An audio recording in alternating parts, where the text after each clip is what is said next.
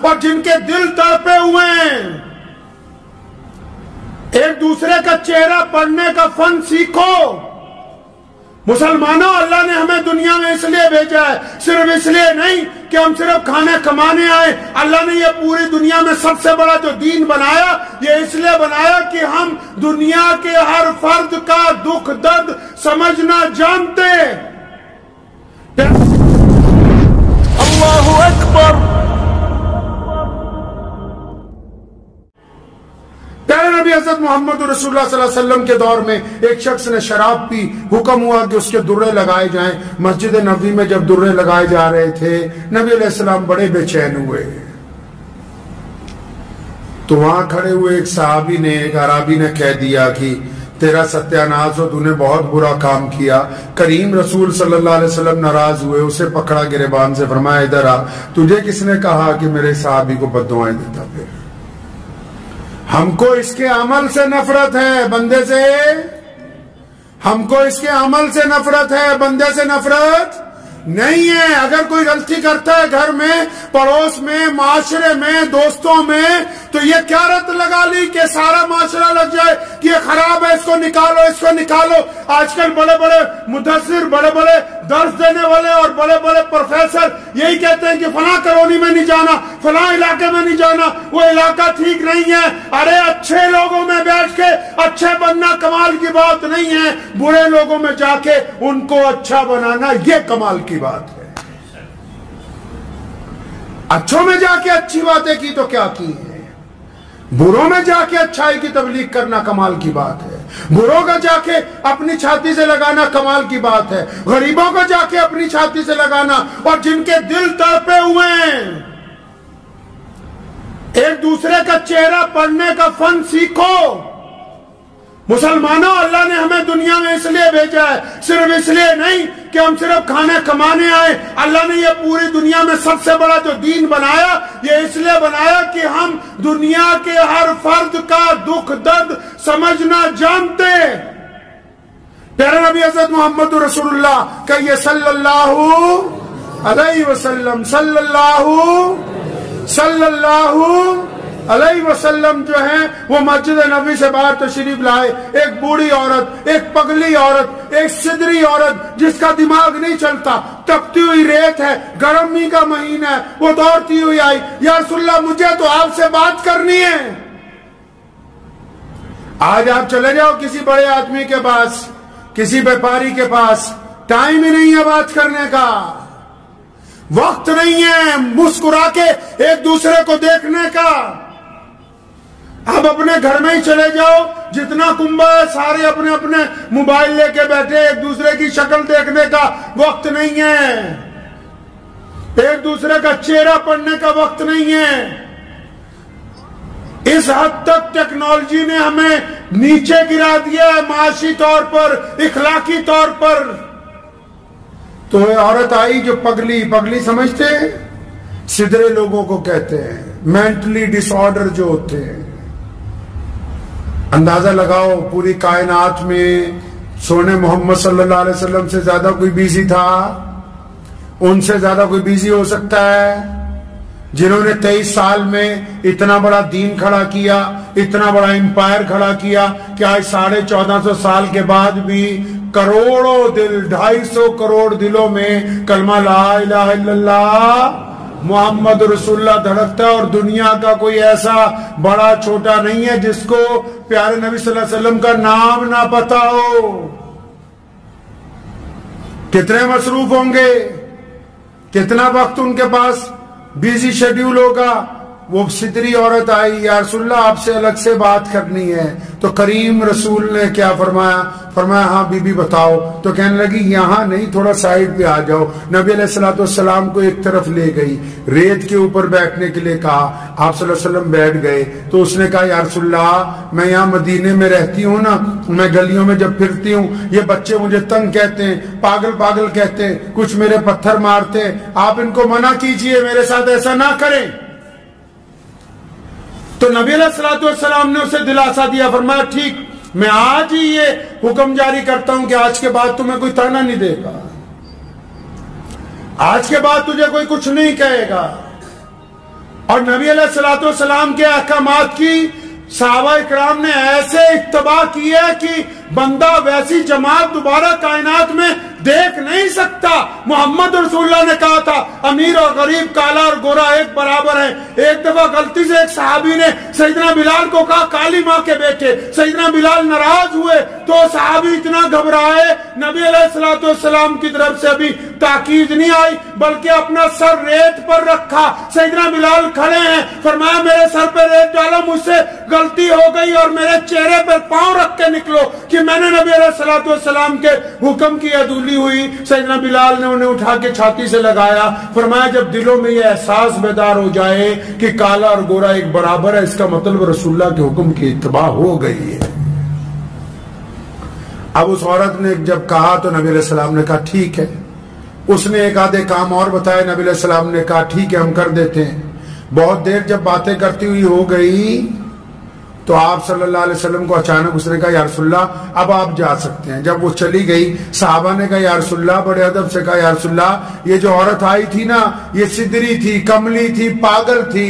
کریم رسول علیہ الصلوۃ والسلام نے فرمایا ہاں مجھے بھی پتا ہے یہ سدری ہے، مجھے بھی پتا ہے یہ کملی ہے، سارا مدینہ اس کی نہیں سنتا، میں بھی نہیں سنوں گا تو پھر کون سنے گا؟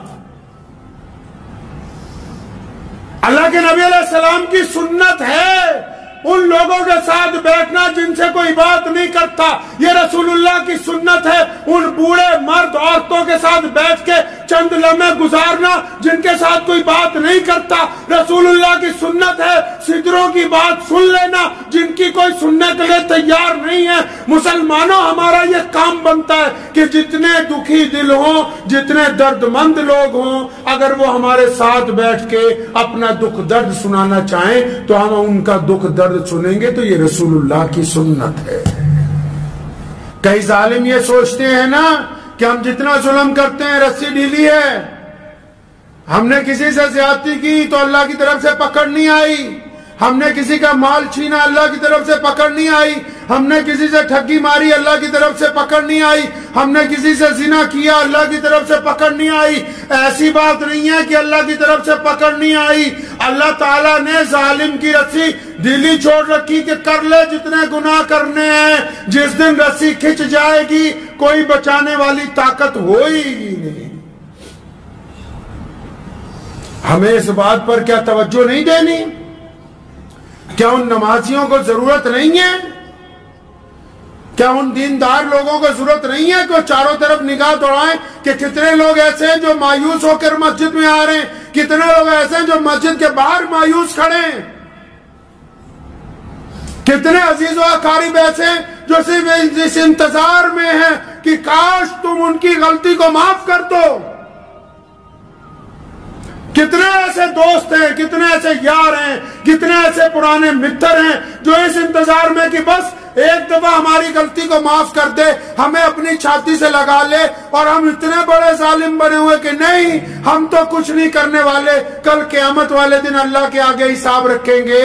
جو حساب اللہ کے آگے آ جائے گا وہ تکڑی پھر پورا پورا تولتی ہے، وہاں بچنے کی کوئی امید نہیں ہے۔ اس لیے پہلے اپنے معاملات کے اوپر توجہ دیں، مایوس لوگوں کی امید بنے، امید توڑنے والے مت بنیے، غریب لوگوں کا سہارا بنیے، ان کو دھتکارنے والے مت بنیے۔ اپنے گھر میں اپنے رویے کے ساتھ لوگوں کے درمیان اپنا چہرہ، اپنا رویہ ایسا مت بناؤ کہ تمہاری اولاد، تمہاری بیوی، تمہارے بچے، تمہارا باپ، تمہاری ماں تم سے بات کرتے ہوئے ڈریں۔ نوٹ کر لو دل کی کاپی پر جس کے غصے کی وجہ سے اس کے ماں باپ اس سے ڈرنے لگے، اس سے بات کرنا چھوڑ دیں، وہ جتنی مرضی دعائیں کرتا رہے، جس مرضی بڑے ولی اللہ کے پاس چلا جائے، اللہ کے حضور اس کی کوئی دعا قبول ہو ہی نہیں سکتی۔ اللہ کے حضور ایسی دعائیں قبول نہیں ہوں گی۔ جو رشتوں کو توڑنے والے ہیں نبی علیہ الصلوۃ والسلام نے حکم فرمایا، جو رشتوں کو توڑنے والا ہے فرمایا ہم نہیں اس کو پسند کرتے۔ رشتوں کو جوڑنے والوں کو نبی علیہ الصلوۃ والسلام نے پسند کیا، توڑنے والوں کو پسند نہیں کیا۔ ہمارا کردار اگر جوڑنے والا ہے تب تو ہم سمجھیں کہ ہمارے لیے بڑی خوش قسمتی کی بات ہے، اور اگر ہمارا کردار رشتوں کو توڑنے والا ہے تو پھر کھوکھلی نمازیں، کھوکھلی تسبیحاں ہمارے کچھ کام آنے والی ہے نہیں ہے۔